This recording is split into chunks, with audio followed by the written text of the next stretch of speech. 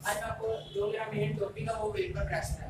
आज मैं टॉपिक करता हूँ शुरू वेपर प्रेशर। वेपर प्रेशर हमारे पास क्या होता है? वेपर प्रेशर वो ही होता है जो केवल लिक्विड सॉल्यूशन में ही लगता है। लिक्विड सॉल्यूशन है जिसमें सॉल्वेंट होगा वो लिक्विड की फॉर्म में होगा, और जो सॉल्यूट हम इसमें डिसॉल्व करेंगे वो सॉलिड की फॉर्म में भी हो सकता है, और वो सॉलिड की फॉर्म में भी हो सकता है, लिक्विड की फॉर्म में भी हो सकता है हमारे पास सॉल्यूट जो हम डिसॉल्व करेंगे। अब वेपर प्रेशर को टॉपिक शुरू करने से पहले मैं आपको कुछ दो बेसिक चीजें बताना चाहता हूँ। वो क्या है? वोलेटाइल और नॉन वोलेटाइल के बारे में। वोलेटाइल बेसिकली वोलेटाइल वो वाला कंपोनेंट होता है जिसको हम हीट करेंगे और उसके हीट करने से उसके जो वेपर फॉर्म हो रहे हैं हम उसको वोलेटाइल कंपोनेंट कह सकते हैं। और नॉन वोलेटाइल हमारे पास वो वाला कंपोनेंट होगा कि जिसको मैं हीट करूँ और हीट करने से उसके वेपर फॉर्म ना हो। मीन्स कि मैंने नॉन वोलेटाइल कोई भी सॉल्यूशन ले लिया और मैंने उसको हीट किया और उसके वेपर नहीं फॉर्म हो रहे, तो वो हमारे पास नॉन वोलेटाइल होगा, मतलब कि जिसके वेपर फॉर्म ना हो। ठीक। और अब मेरा जो मेन टॉपिक है वेपर प्रेशर, मेरा आपको मैंने वोलेटाइल और नॉन वोलेटाइल के बारे में तो बता दिया।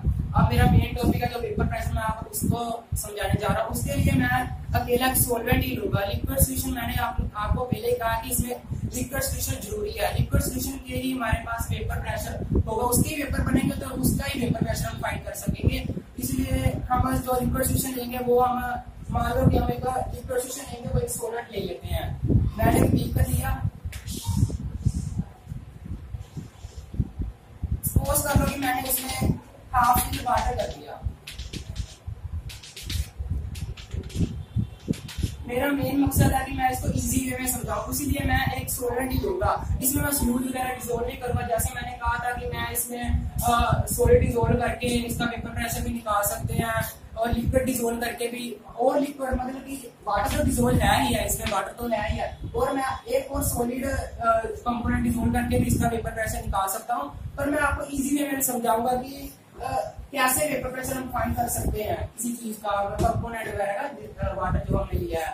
अब मैं इसका वेपर प्रेशर फाइंड करके बताऊंगा कि कैसे वेपर प्रेशर इसका क्या होता है वेपर प्रेशर भी इसका।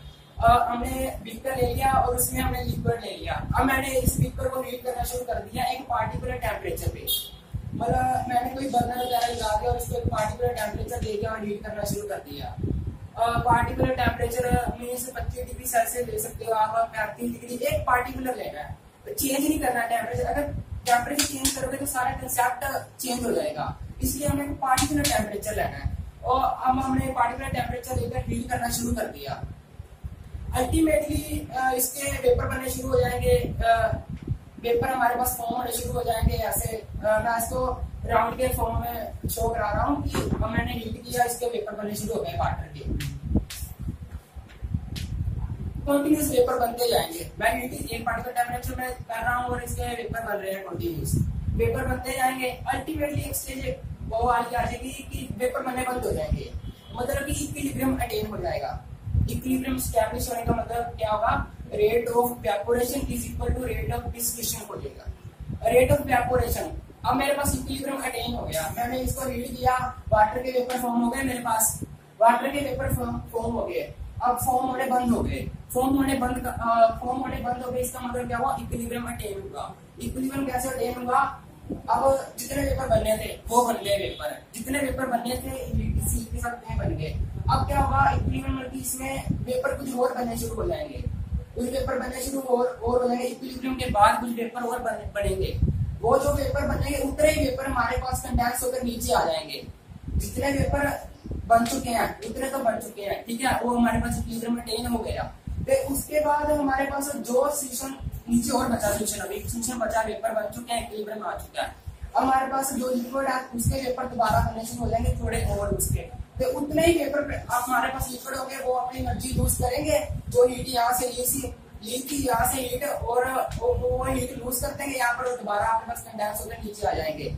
मतलब कि हमारे पास वेपर उतने ही रहेंगे, प्रोसेस चलता रहेगा इक्विलिब्रियम का, ठीक है।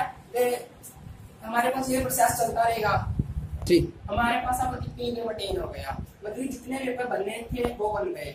अब हमारे पास वो रेट ऑफ इवेपोरेशन और रेट ऑफ डिस्टिलेशन प्रोसेस चल रहा है, वो हमारे पास हमको दिखाई देगा। बस जितने वेपर बनने थे वो बन गए हमारे पास सिंपली, ठीक है। अब जो वेपर बन गए हैं वो बीकर की वॉल पे जो प्रेशर लगाएंगे अब जो हमारे पास बन गया वेपर, वो इस बार को और इस बार को प्रेशर लगाएंगे, वो हमारे पास क्या होगा, वेपर प्रेशर। सिंपली बस वेपर प्रेशर इतना डिफिकल्ट नहीं है, कंसेप्ट है, बहुत इजी कंसेप्ट है। मैंने एक बीकर लिया और उसमें मैंने सोलवेंट लिक्विड डाल दिया और मैंने नीचे से हीट करना शुरू कर दिया। सिंपली इसके वेपर बने और इक्विलिब्रियम अटेन हो गया। इक्विलिब्रियम अटेन होने के बाद अब जो वेपर बन चुके हैं, वो जो प्रेशर लगा रहे हैं बॉल्स पर, वो हमारा होगा वेपर प्रेशर। अब मैं आपको इसे एक डेफिनेशन के माध्यम से समझाता हूँ, आपको ज्यादा क्लियरली होगा कि क्या है वेपर प्रेशर। अब मैंने आपको बताया था कि मैं आपको एक डेफिनेशन के माध्यम से समझाऊंगा कि वेपर प्रेशर, आपको ज्यादा क्लियर होगा।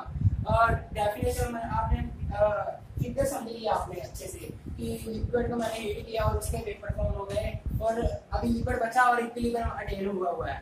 अब मैं डेफिनेशन आपको ध्यान से पढ़ूंगा और आप ध्यान से सुनना भी इसको डेफिनेशन को। Vapor pressure of a liquid is the pressure exerted by the vapors in equilibrium with the liquid at a particular temperature। अब मैं इसको ध्यान से समझाऊंगा, आप ध्यान से समझना भी आप। वेपर प्रेशर, जो वेपर प्रेशर होगा लिक्विड का, वेपर प्रेशर जो लिक्विड का होगा वो वाला प्रेशर होगा जो वेपर्स द्वारा लगाया जा रहा है। एक्सर्टेड बाय द वेपर्स, जो वेपर्स द्वारा लगाया जा रहा है प्रेशर, लिक्विड का प्रेशर वो वाला होगा जो वेपर्स द्वारा प्रेशर लगाया जा रहा है।